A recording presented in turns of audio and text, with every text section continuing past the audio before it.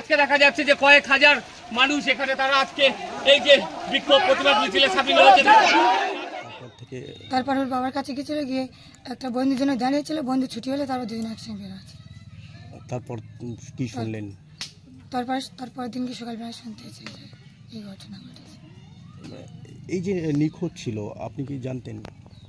না, আমি সকালবেলা শুনেছি। কি মনে হয় এই যে যারা এত বড় একটা ঘটনা ঘটালো তাদেরকে কি চাইছেন? ফাঁসি হয় জানে, একটা যেন নাম আছে। আচ্ছা, পুলিশ আপনার সঙ্গে কখন যোগাযোগ করেছিল? কই পুলিশ তো আসেনি। আপনার সঙ্গে পুলিশ কোনো রকম ভাবে যোগাযোগ করেনি? ওরা পুলিশরা কোনো দায়িত্ব নেয়নি। ওর বাবারা যখন এখানে ক্যাম্পে আসে, এই ক্যাম্পে থেকে কুলতলি বাড়ি, এটা আমাদের আন্ডারে নয়, কুলতলি পাঠিয়ে দেয়। কুলতলি থেকে আবার বলে জয়নগরে যাও, এটা আমাদের আন্ডারে নয়। মানে আপনার কাছে জয়নগর বা কুলতলি থানার কোনো পুলিশ আধিকারিক এই তদন্তের ব্যাপারে না না ছাত্রী নিখোঁজের ব্যাপারে আসেনি? না।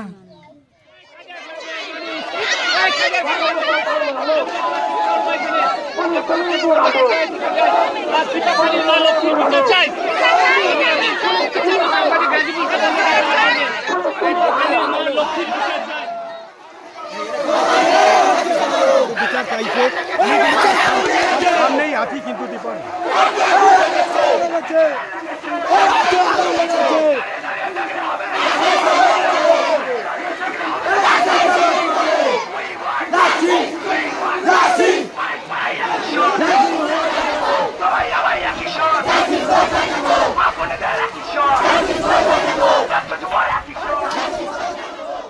আমাদের ভিডিও ভালো লাগলে লাইক এবং শেয়ার করুন।